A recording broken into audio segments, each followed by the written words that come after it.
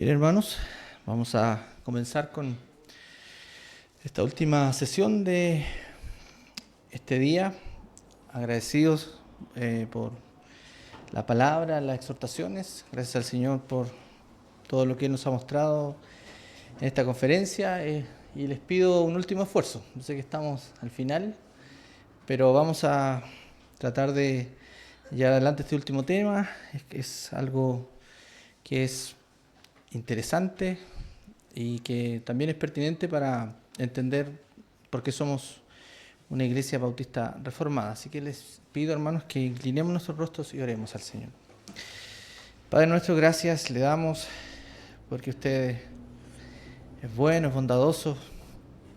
Gracias, Señor, por cada exhortación que ha sido dada en este lugar, por nuestros pastores, porque usted les ha dado, Señor, la claridad para amonestarnos, para guiarnos, para darnos a entender igual lo que significa ser una iglesia bautista reformada, más allá del nombre que tengamos, Señor, ser una iglesia bíblica, ser una iglesia que le ame, ser una iglesia que tenga altos conceptos de su palabra, de eclesiología, de nuestra vida, del Evangelio, Señor, y ayúdenos a que podamos llevar adelante lo que hemos aprendido. Guíe este último tema, Señor, bendíganos, denos las fuerzas, que podamos estar despiertos y atentos, Señor, para escuchar su palabra. Se lo pedimos en el nombre de Cristo, nuestro Señor. Amén. Amén. Bien, hermanos, como bien les decía, vamos a tratar de llevar adelante este tema. Les ruego que, como les decía, hagamos un esfuerzo para poder entenderlo. Quiero comentarles también que es un tema a veces complejo, se puede hacer tan complejo como se pueda llevar, es tan profundo, pero yo he optado quizás por la sencillez y en desmedro de la precisión. Muchas veces estos temas requieren un lenguaje bastante preciso, teológico en algunos aspectos, pero obviamente lo que a mí me interesa con un punto de vista pastoral es quizás perder un poco de precisión, pero que usted pueda tener una idea general de lo que significa la teología del pacto. Es difícil, hermanos, pero trataré de llevar adelante de esta manera. Y también contarles que esto será como un viaje, veremos hacia dónde iremos hacia el huerto del Edén, después iremos hacia la eternidad pasada en el pacto de redención, iremos hacia el antiguo pacto con Israel, ¿cierto? Y todo ese desarrollo, y posteriormente llegaremos a la cruz del Calvario. Y obviamente eso impactará nuestras vidas en el nuevo pacto. Cuando, a manera de introducción, quisiera comentarles que pocos podrían estar en contra de una declaración como esta. La Biblia es una unidad. La Biblia es una unidad, que Iglesia no está de acuerdo con ello, es una declaración ortodoxa, ¿cierto?, conservadora de lo que creemos en la Escritura. Es también un concepto instintivo de todo creyente. Cuando llegamos al Evangelio, vemos la Biblia, ¿cierto?, y es un libro para nosotros, no es una colección de libros, no son libros separados que tienen significados aparte, sino que instintivamente nosotros comprendemos que la Biblia es una unidad. Pero al comenzar a leer las Escrituras nos damos cuenta que lucharemos con un concepto de la propia Escritura, es un desafío. Y ese concepto se llama discontinuidad o continuidad. Es decir, cuando leemos el Antiguo Testamento nos damos cuenta que hay cosas que vamos a la iglesia y ya no están.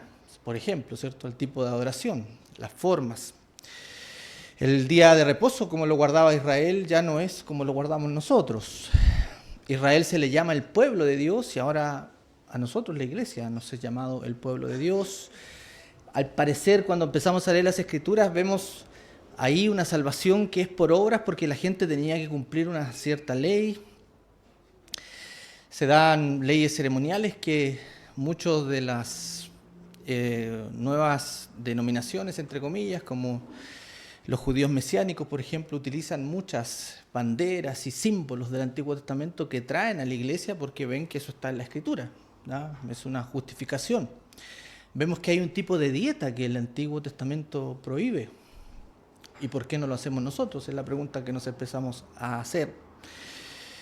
Por lo tanto, hermanos, luchamos contra qué cosas del Antiguo Testamento continúan para nuestra iglesia y qué cosas ya no son vinculantes para nosotros. Empieza una tensión en nuestra comprensión de las Escrituras. La mayoría de nosotros solucionamos ese problema, ¿cierto?, diciendo que la Biblia habla de Cristo, y Cristo está en el Antiguo Testamento esbozado, ¿cierto?, en una promesa, y en el Nuevo Testamento Cristo es el cumplimiento de esa promesa. Y eso está muy bien. Eso nos ayuda a lidiar con esta discontinuidad, ¿cierto? Pero no es suficiente cuando uno comienza a tener que elaborar conceptos que son un poco más complicados. Por lo tanto, es aquí donde me gustaría poder explicarles lo que la teología del pacto es. La teología del pacto, hermanos, es un marco, es una manera de interpretar las escrituras que mantiene, ¿cierto?, unida la tensión entre la continuidad y la discontinuidad en las escrituras. Lo que el Antiguo Testamento ofrece, ¿cierto?, como normas, como ley, la escritura lo hace, la teología del pacto lo hace entrar perfectamente en el lugar que tiene o que no tiene, porque hay cosas que ya no continúan para nosotros dentro de la ahora de la era del Evangelio, como algunos le llaman. Este enfoque de la teología del pacto es característico en las iglesias reformadas. Hay matices dentro de ello, hay distintos enfoques, sobre todo en la teología reformada presbiteriana versus la nuestra. La bautista reformada, no tengo espacio para hacer los contrastes, pero debemos entender que la teología del pacto entonces es cómo concebir la unidad de las Escrituras y mantener esa continuidad en lo que exclamamos, que la Biblia es una unidad. La teología del pacto, hermanos, es la explicación entonces que une las partes con el todo. Y nosotros debemos entender que ese es nuestro enfoque, nuestra explicación para entender las Escrituras. ¿Cuál es su importancia? Que si no la entendemos bien o no dibujamos bien, ¿cierto?, este esquema, este plan de redención general, si no lo entendemos bien, entonces llegaremos a conclusiones equivocadas en algunos aspectos que son relevantes. Por ejemplo, lo que el pastor recién nos explicaba, la eclesiología. ¿Cómo funciona la iglesia local en el día de hoy? Los niños, ¿debemos bautizarlos o no? El tipo de gobierno que debemos tener debe ser muy parecido a lo que era el Antiguo Testamento cuando Moisés organizó el pueblo de Dios, o hay nuevas ordenanzas para la iglesia en el Nuevo Testamento. Son cosas que depende cómo planteemos la interpretación de la unidad de las Escrituras, entonces llegaremos a conclusiones totalmente distintas. La vida cristiana incluso. Usted puede ver gente que hoy día, ¿cierto?, algunas denominaciones dicen no comer cerdo, no comer ciertos alimentos, porque eso aparece en el Antiguo Testamento y como parte de la ley ceremonial es traída al Nuevo Testamento. Por lo tanto, ellos afirman que eso está bien porque la Biblia lo dice. Sí, la Biblia lo dice, pero ¿será que eso continúa para nosotros? ¿Es una demanda actual para la iglesia local? Son cosas que definen, ¿cierto?, lo que el entendimiento de la unidad de la Escritura nos lleva, ¿cierto?, a entender la teología del pacto. Y particularmente trataré de esbozar la teología del pacto bautista particular o bautista reformada. Definamos primero qué es un pacto. De manera general, un pacto es un compromiso, es un arreglo divino, una iniciativa divina en la cual Dios se relaciona con la humanidad bajo ciertas condiciones. ¿Por qué se llama la teología del pacto? Porque nosotros ya no veremos la Escritura de una manera, quizás usted ha sido influenciado, al igual que yo, ¿cierto?, al inicio de una forma dispensacional, ¿cierto? Un acuerdo que Dios hace con el hombre, cae, viene otro plan. Finalmente la iglesia aparece como un paréntesis en el Nuevo Testamento, pero una vez que la iglesia sea arrebatada, entonces Israel volverá a ser esa gran nación, ¿cierto? Ese es, en resumen, los dos planes de Dios, un plan para la iglesia y un plan para Israel. Obviamente nosotros creemos que la explicación, ¿cierto?, la hermenéutica para entender la unidad de la Escritura son los pactos, pero no expresados de esa manera, sino expresados en pactos. Los hitos importantes para entender la Biblia son los pactos. Por lo tanto, un pacto es un arreglo divino, un compromiso en el cual Dios se relaciona con la humanidad bajo ciertas condiciones. Son iniciativas que en sí mismas, hermanos, muestran la condescendencia de Dios. A veces pensamos que cuando Dios hace un pacto con su pueblo, ¿cierto?, o con una persona en el Antiguo Testamento, le está ofreciendo condiciones de igualdad, como que Dios va y le pide que acordemos algo. No, un pacto es la iniciativa divina, pero no es en igualdad de condiciones. Es un ofrecimiento de Dios, es una condescendencia divina. Eso es lo que señala nuestra confesión. en el capítulo 7, párrafo 1, dice: la distancia entre Dios y la criatura es tan grande que aun cuando las criaturas racionales le deben obediencia como su creador, éstas nunca podrían haber logrado la recompensa de la vida a no ser por alguna condescendencia voluntaria por parte de Dios.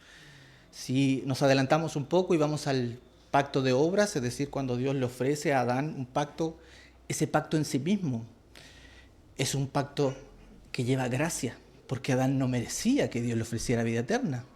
Lo podía haber creado, falible, mortal, su criatura. Pero Dios en su gracia le ofrece un pacto.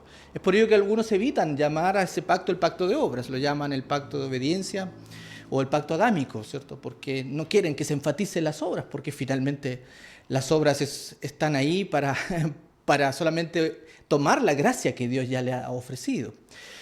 Por lo tanto, hermanos, la distancia es tan grande que un pacto entonces es ofrecido por Dios, y ese pacto a través de la Escritura debe ser bien entendido. Los pactos serán dados a través de representantes federales. Por eso se llama, a veces la teología del pacto se llama teología federal. ¿Por qué? Porque Dios hace pactos a través de personas, ya que son representantes de la humanidad en aquel tiempo, ¿cierto? Y espacio que el Señor ocupa para hacer aquello. Bien, avancemos entonces en el desarrollo del entendimiento de los pactos a través de la historia de la redención.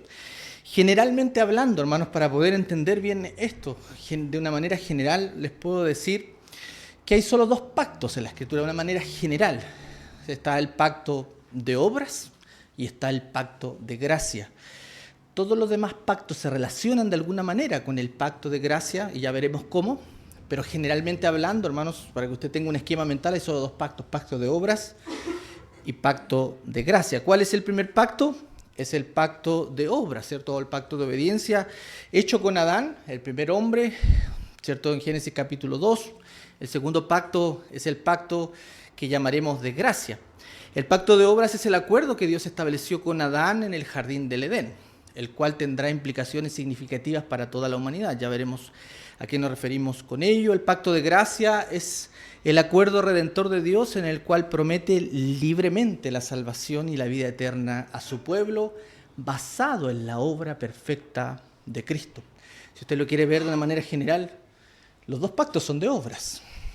¿Por qué? Porque a Adán se le ofrece la posibilidad de sellar su vida eterna para siempre, y Cristo obtiene el pacto de gracia, ¿cierto?, a través de su propia vida perfecta. Si usted lo quiere ver de esa manera, los dos pactos involucran obras, pero no las nuestras, ¿cierto? El nuevo pacto involucra la obra de Cristo. El pacto, entonces, el pacto de gracia representa la iniciativa divina de restaurar la comunión con la humanidad, y se administra y revela progresivamente a lo largo de la historia bíblica. La Confesión de Fe de Londres, en el capítulo 7, párrafos 2 y 3, nos dice que el pacto de gracia es una promesa de vida y salvación, dada por Dios a quienes tienen fe en Cristo. Este pacto es la promesa de redención de Dios después de la caída de Adán, y ofrece salvación, como ya les decía, a la humanidad a través de Cristo. Pero usted me dice, y se hace la pregunta, usted está nombrando dos pactos, ¿y qué ocurre con los demás pactos? Dios hizo pacto ¿con quién? Con Noé, con Abraham, con David, ¿cierto? Con Israel en el monte de Sinaí. ¿Qué ocurre con esos pactos?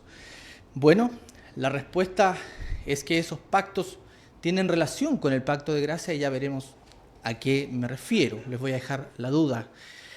Primero quiero hacer una analogía, y es aquí donde yo les pido, ¿cierto?, perder precisión, pero para que podamos entender la idea general. No es una analogía perfecta, pero puede servirnos para entender. El pacto de gracia se le llama al propósito eterno de Dios. Es un proyecto grande. Imagínese que usted tiene que construir una casa. El pacto de gracia es esa casa construida, es ese sueño que usted tiene, hecho realidad, completo. Lo tiene en la mente, lo diseñó, aún no se ha cumplido, pero es la idea general, ¿cierto? El alcance, dónde lo quiere hacer, cuál es el terreno, ¿cierto? ¿Dónde estará ubicado? ¿Hacia qué lado dará la luz? ¿Dónde estarán las piezas? Se imagina todo eso, y ese es el proyecto que usted tiene, podríamos llamar, es el pacto de gracia, es el propósito, es la intención que usted tiene de que eso sea finalmente concebido, es la idea central de proporcionar, ¿cierto?, un lugar para usted para vivir. El pacto de gracia es eso, es la idea general de Dios, pero el Señor, al igual que un proyecto difícil de llevar adelante, tiene que hacer un plan maestro, tiene que ponerse de acuerdo. Tiene que ponerse de acuerdo en diseñar esto en un plano, ¿cierto? Que quede adecuado con todos los cimientos, con las medidas. Y eso, hermanos, es lo que se llama el pacto de redención, es la idea. El pacto de redención ha sido diseñado en la eternidad, en un acuerdo trinitario, fuera del tiempo y el espacio, para traer ese pacto, ¿cierto?, de gracia y llevarlo a la consumación final. El antiguo pacto que Dios hizo con Israel, ¿qué representa en este proyecto? Bueno, representa la fase de los cimientos. Es los andamios, son los moldajes, si usted lo quiere ver de esa manera, es todo lo que va a servir para poder llevar adelante este pacto. El antiguo pacto es entonces un molde, nos da la idea de lo que será, pero no es, ¿cierto?, esa idea terminada, es todo lo que va a ayudar a construir ese pacto de gracia. Finalmente, en este proyecto, cuando la casa es terminada, cuando usted le entrega las llaves de ese lugar, eso es el nuevo pacto. Es decir, formalmente usted recibe lo que ha planeado, es establecido, usted comienza a vivir en esa morada, todo lo que había diseñado antes está ahí. Obviamente, hermanos, esta analogía no es perfecta, pero quiero que la tenga en mente para que usted pueda entonces comenzar a relacionar los distintos pactos. Y déjeme hacerlo un poco más preciso, y esta definición quizás si usted tiene para anotar, me gustaría que la anotara porque yo iré en base a esto avanzando. El pacto de gracia, esa gran idea de Dios de salvar a los pecadores a través de la obra de Cristo, es prometido en el Edén, después de la caída de Adán, es prometido. Está basado en el pacto eterno de redención, en la idea trinitaria de Dios, y es revelado progresivamente a través del antiguo pacto. Finalmente, el pacto de gracia es establecido en la muerte de Cristo en la cruz del Calvario. Les vuelvo a repetir, el pacto de gracia entonces es prometido o es anunciado en el Edén, está basado y fundamentado en el pacto eterno, atemporal, trinitario, es revelado progresivamente en el antiguo pacto, ¿cierto?, a través de pasos adicionales, y es establecido o consumado finalmente en la cruz del Calvario, en Cristo. ¿Se da cuenta que este es un proyecto, hermanos, inmenso, lleno de sabiduría, de pasos? Está cuidadosamente diseñado por Dios para dar salvación a un pueblo en particular a través de la muerte del unigénito Hijo de Dios. No es algo al azar. Por eso cuando hablamos de la sabiduría de Dios, como dijo el apóstol Pablo, sabiduría de Dios o inmensa sabiduría de Dios, ¿cómo podremos cuestionar la sabiduría del Señor? Entonces comencemos por este viaje, hermanos. Vamos a ir primero al pacto que es quizás más conocido. Todos los reformados están casi de acuerdo en esta, incluso los hermanos presbiterianos, en lo que es el pacto de obras. Génesis capítulo 2, versículos 16 a 17. Vamos entonces al pacto de obras. Y mandó Jehová Dios al hombre diciendo: de todo árbol del huerto podrás comer, mas el árbol de la ciencia del bien y el mal no comerás, porque el día que de él comieres ciertamente morirás. Este pacto o este mandato no solo establece un acuerdo condicional, sino que representa una prueba para Adán. Él es el representante de la humanidad. Federalismo, ¿cierto? Él es el representante y su obediencia determina el destino no solo de él, sino de toda su descendencia. Por eso se llama pacto federal. Romanos capítulo 5, del versículo 12 al 21, el apóstol Pablo contrasta la desobediencia de Adán, ¿con quién? Con la obediencia del segundo Adán. Cristo vino a hacer lo que Adán no pudo hacer, ¿cierto? Nos adelantamos un poco, pero entendemos. El pacto de obra es un pacto condicional que Dios le ofreció a Adán en obediencia para sellar su estado de santidad, para sellar su estado de inmutabilidad y también de vida eterna. Romanos 5:18, así que como por la transgresión de uno vino la condenación a todos los hombres, de la misma manera por la justicia vino a todos los hombres la justificación de vida. Cristo en el nuevo pacto, hizo lo que Adán no pudo hacer en el pacto de obras. Este pasaje entonces establece a Adán como representante de toda la humanidad. Oseas capítulo 6, versículo 7, quizás es un texto muy explícito acerca de esto. Mas ellos, dice el Señor, Oseas 6, 7, ¿cuál Adán? Traspasaron el pacto. No significa, hermanos, que porque no aparezca la palabra pacto, ¿cierto? En el Génesis no esté el pacto, ¿cierto? Tiene todos los elementos. Eso es un acuerdo ofrecido por Dios bajo ciertas condiciones. Hay bendiciones, hay maldiciones. El Señor entonces nos está diciendo que Él hizo un pacto con Adán. Adán estaba entonces bajo un pacto con Dios. El pasaje entonces breve de Oseas 6:7 establece que la relación con Dios y su pueblo tenía la misma estructura de pacto que la de Adán tuvo en el huerto del Edén. La confesión de fe en el capítulo 1, en el párrafo 1, dice: a pesar de que Dios creó al hombre perfecto y recto, le dio una ley justa que hubiera sido debida si lo hubiera guardado, amenazó con su muerte la transgresión. Dios dio a Adán una ley de obediencia universal escrita en su corazón. La ley moral estaba en su corazón, al igual que la que está en todo hombre, no en la misma condición que la que estaba en Adán, pero le condensó toda esa ley de obediencia en un mandamiento particular. ¿Cuál era? De todo puedes comer, no comas de eso, ¿cierto? Todo eso está condensado ahí. Obviamente cuando Adán cae hay orgullo, hay desobediencia, hay desechar las bendiciones divinas. A veces las personas piensan que es comer una fruta, pero en ese acto manifestó todo lo que él se rebeló contra Dios. ¿Cuál era el objetivo de este pacto de obras? Bueno, probar la fidelidad de Adán, es evidente, hacia su creador, sellar también su estado de santidad, pero también este pacto de obras quería revelar la santidad de Dios. ¿Cómo? Diciéndole a Adán que era necesaria la justicia absoluta para estar ante su presencia. Nadie puede estar ante su presencia y tener comunión con Dios si no es santo y si no obedece todos los mandamientos. Ese era un objetivo por el cual el Señor probó su vida. ¿Cuál sería la consecuencia de desobedecer? La consecuencia de la obediencia. Bueno, si Adán hubiera obedecido, habría asegurado la vida eterna y comunión sin fin con Dios para él y para toda su descendencia. Aquí nos ponemos tristes porque Adán, ¿cierto?, podría habernos asegurado a todos la vida eterna, pero falló. Génesis capítulo 2, versículo 9, y en Génesis capítulo 3, versículo 22 al 24, se menciona el árbol de vida, el cual parece representar la vida y la comunión continua con Dios. Apocalipsis capítulo 22, versículo 2 también hace lo mismo, por lo tanto entendemos que el árbol de vida era el símbolo de la vida eterna que sellaría Adán si hubiese obedecido. La desobediencia de Adán trajo muerte, separación con Dios, y para él y para toda su descendencia. Adán cayó y nosotros caímos en él. Esto se reafirma en Romanos capítulo 5, versículo 12. Por tanto, como el pecado entró en el mundo por un hombre y por el pecado de la muerte, así pasó a todos los hombres por cuanto todos pecaron. Eso es sencillo de entender, es el pacto de obras que Dios había hecho con Adán. Siempre pongo una nota al margen cuando uno se pregunta, ¿y habrá durado mucho tiempo Adán en ese pacto?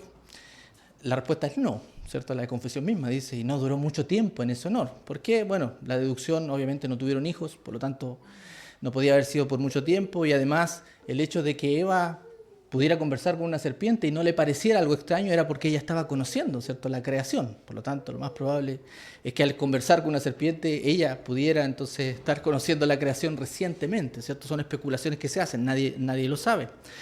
Pero la pregunta importante, hermanos, que debemos hacernos ¿es abolido el pacto de obras?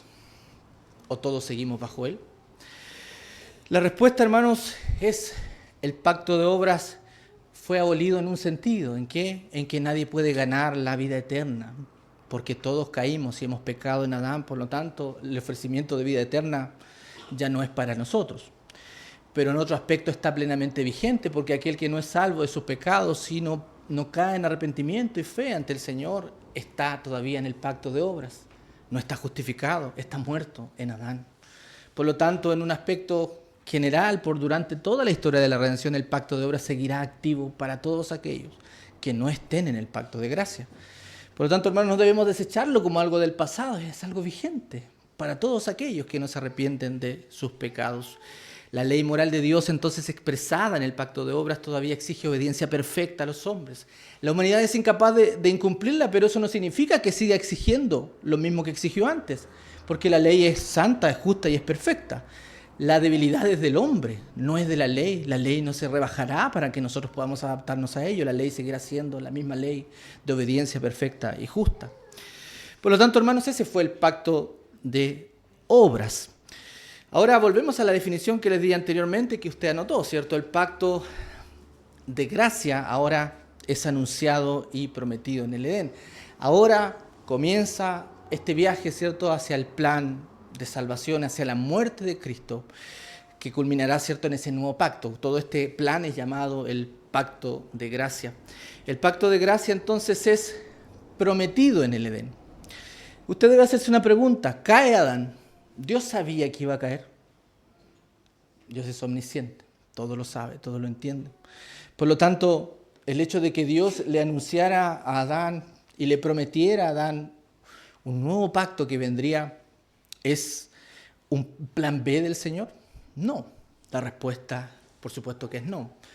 ¿Cuál es la respuesta de que las Escrituras nos da, cierto? Es que Dios tenía entonces un plan desde la eternidad. ¿Cómo se llama ese plan?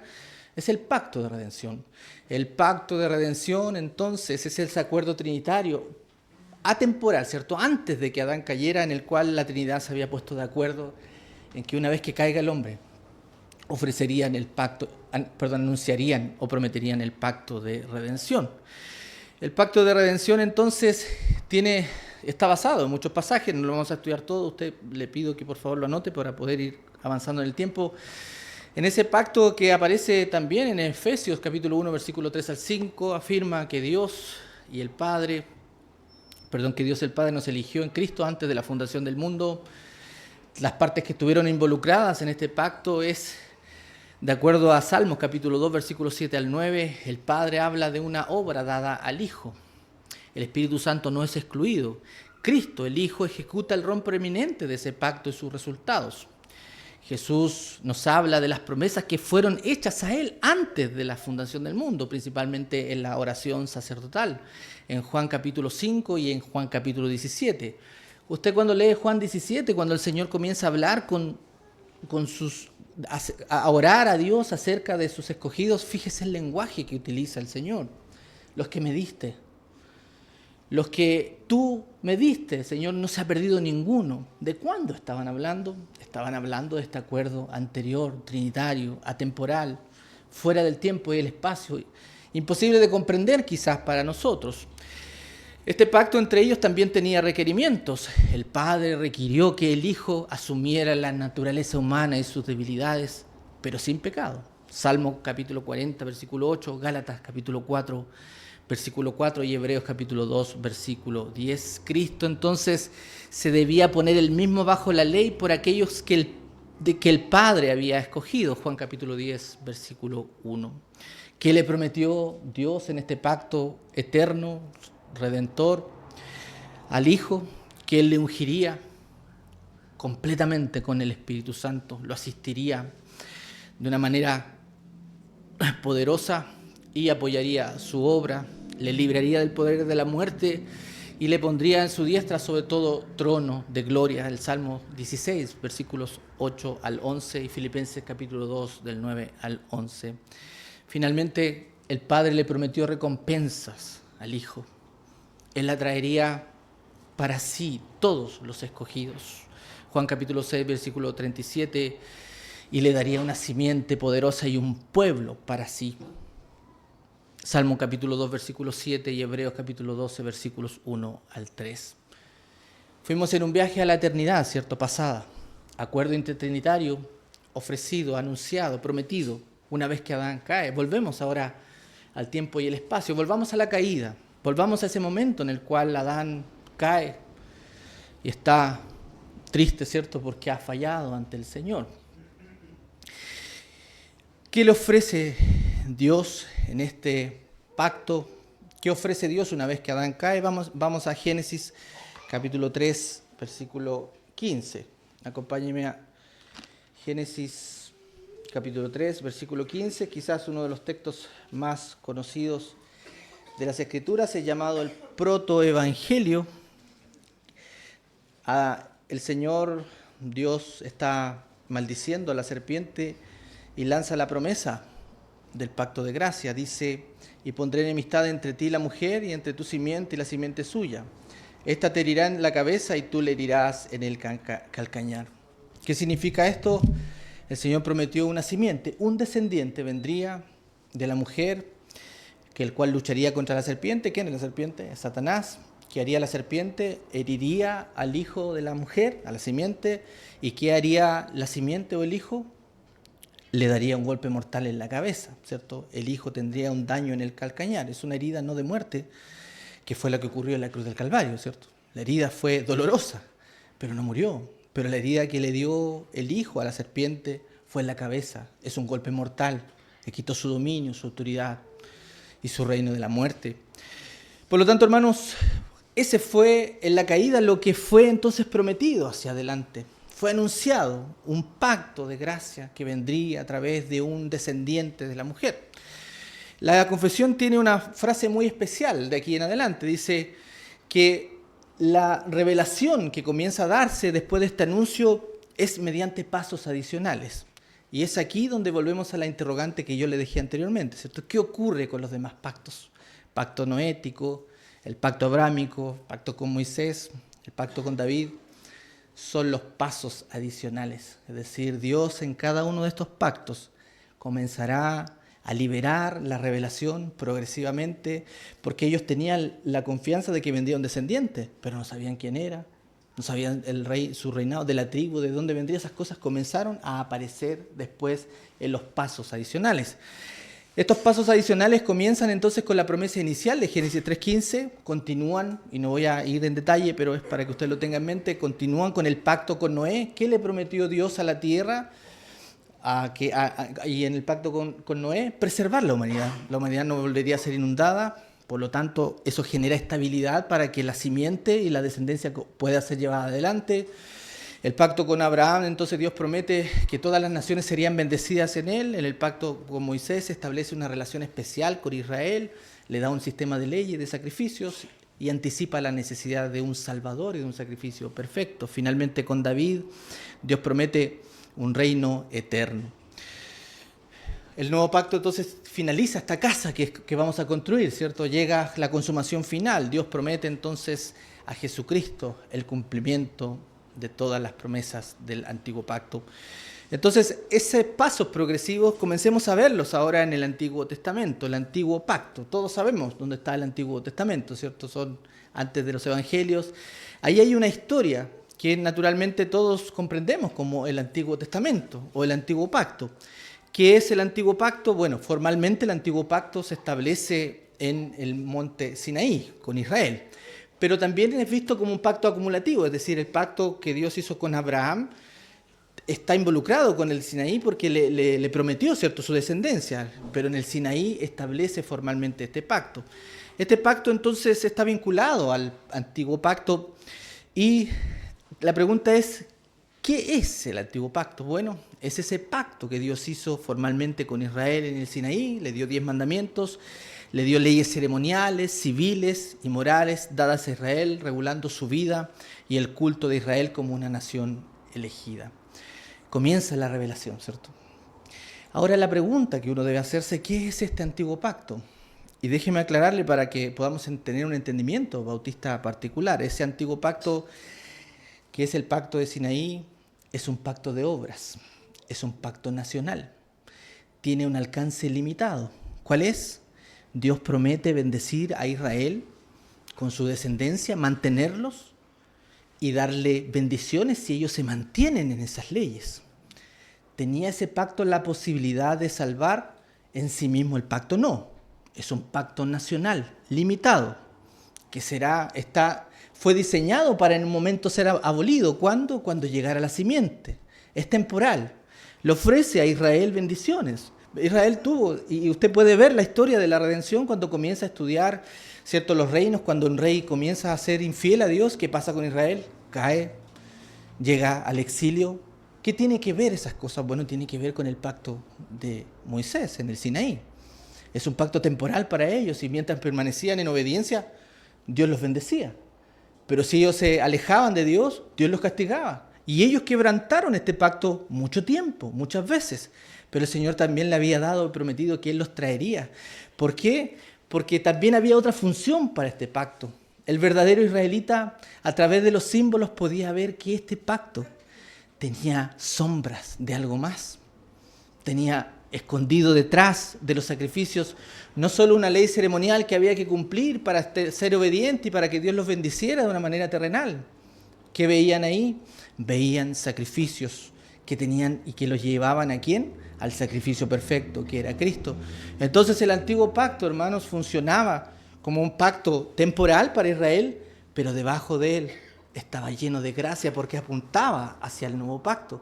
Los pasos adicionales, se da cuenta cómo el Señor va revelando y usó a Israel, como los arquitectos, como aquellos obreros que iban a trabajar para llevar adelante esta gran obra que Él estaba diseñando, pero ellos no eran los ocupantes finales.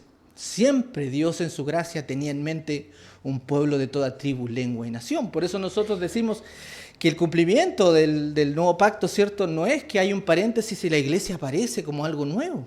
Dios siempre quiso un pueblo internacional, de toda tribu, lengua y nación.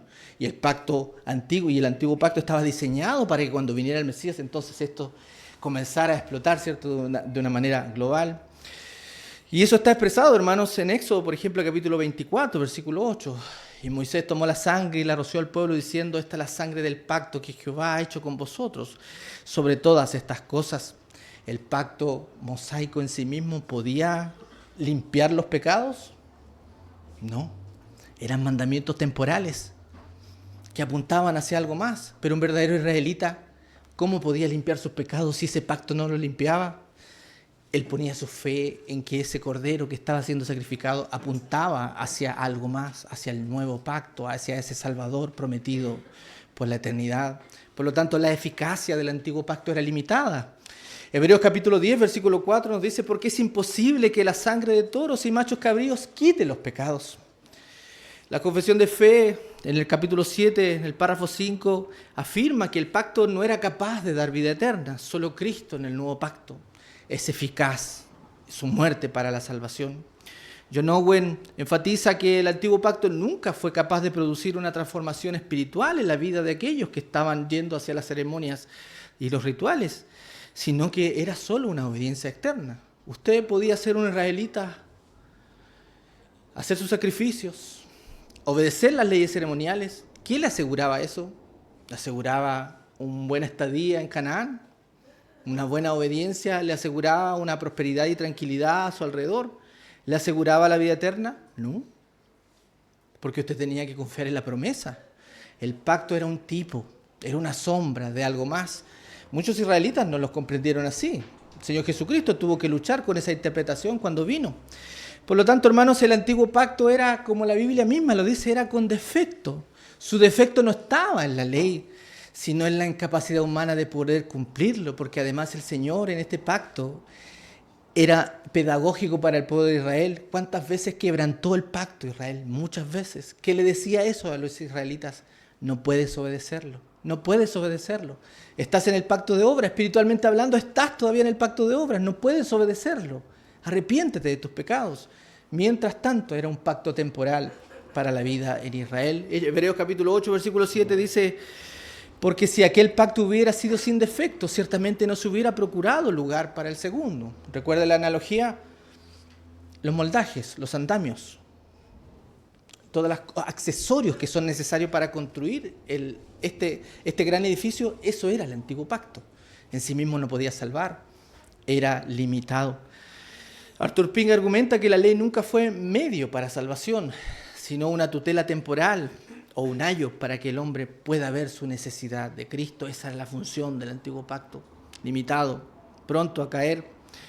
¿Cuál era la relación entonces del antiguo pacto con el pacto de gracia? Bueno, el antiguo pacto apuntaba al pacto de gracia, apuntaba con todos sus rituales al pacto de gracia, pero en sí mismo era temporal.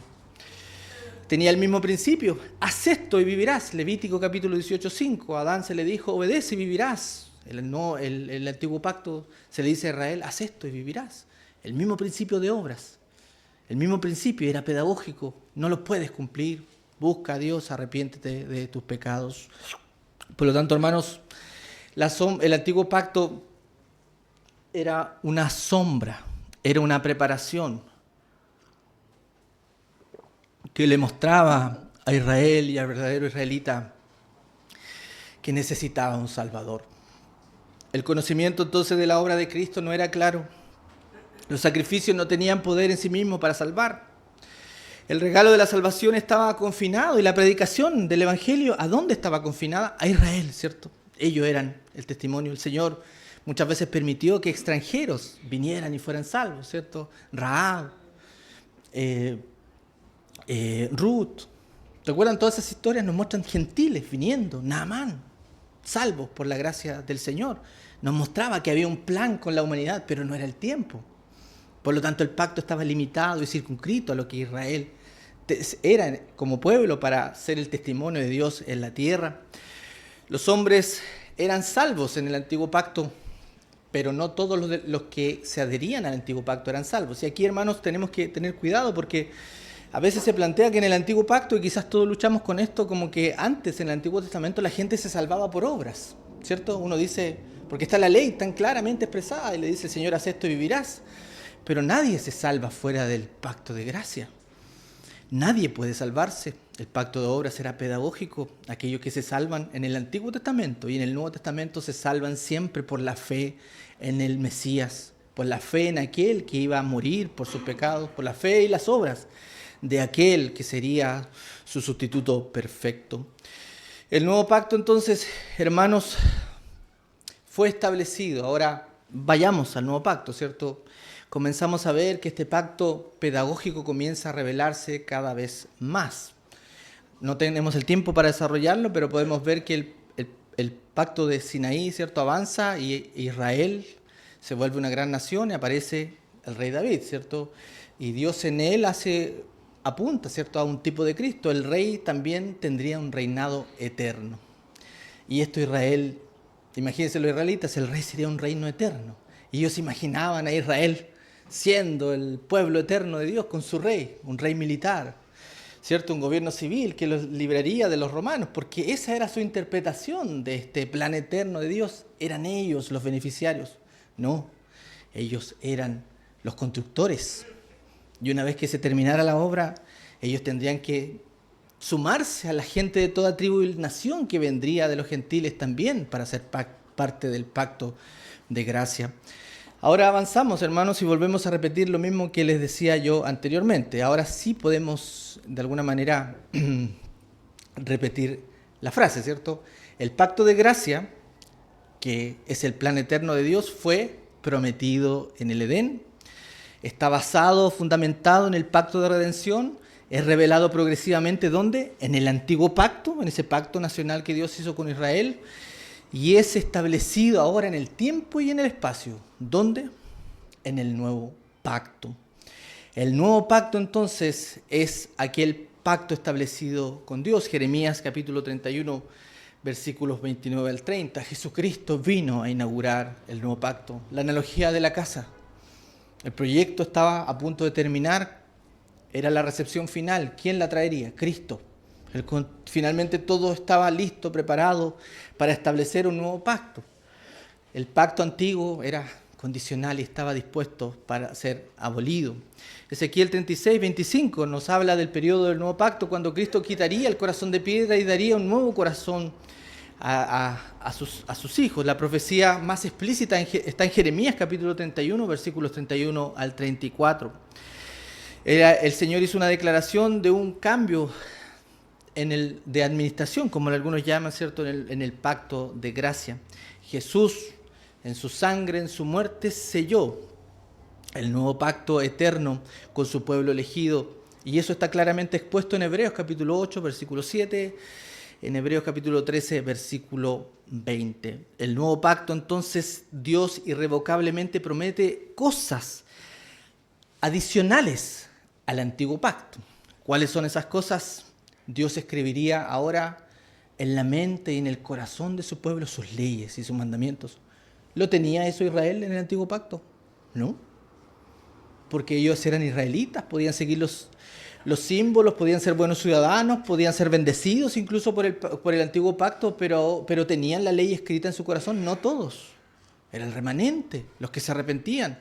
Pero ahora en este nuevo pacto el Señor dice, mi pueblo no será Israel, ¿cierto?, en el sentido estricto, serán todos aquellos donde yo ponga mis leyes. Les cambiaré sus corazones Escribiré mi ley en sus mentes y seré su Dios y ellos serán mi pueblo y todos me conocerán. Todos me conocerán. ¿Todos los israelitas conocían a Dios verdaderamente? No. Conocían los símbolos.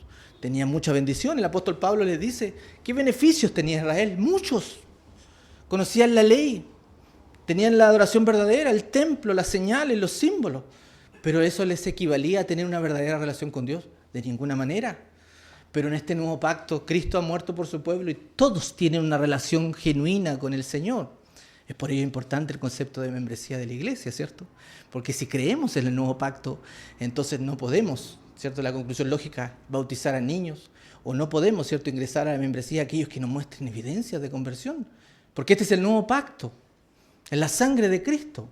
Por lo tanto, Él llama a sus escogidos y Él pone su ley en sus mentes y en sus corazones. Por lo tanto, hermanos, debemos entender que existe una novedad en el nuevo pacto. No hay más templos físicos, no hay templos ni sacerdocios levíticos, no hay más sacrificios, no hay días festivos. Todo lo del antiguo pacto y sus sombras caen. Fueron buenas, importantes. Nos gozamos cuando a veces predicamos del Antiguo Testamento con esas sombras, ¿cierto? Cuando hablamos del templo. Pero eso era sombra. Ahora tenemos lo bueno, lo perfecto, lo terminado. Por eso no debemos volver a una adoración del antiguo pacto o traer esos elementos para acá. ¿Por qué? Porque ya tenemos a Cristo. Todo lo que eso simbolizaba ahora es Cristo. Cristo es el templo. Y la iglesia es el templo en un sentido y todas esas figuras ahora las tenemos claramente explicadas en las Escrituras. Por lo tanto, hermanos, eso es la novedad del nuevo pacto. Ahora déjeme concluir con algunas cosas que planteé al inicio.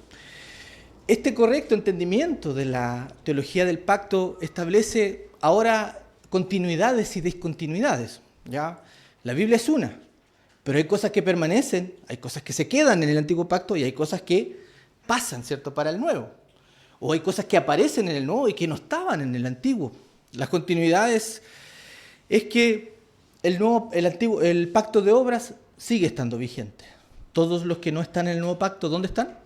En el pacto de obras. No están en el antiguo pacto con Israel. Todos los que no están en el nuevo pacto en Cristo están en el pacto de obras. Sigue vigente, porque ya no da salvación. Estamos todos en Adán.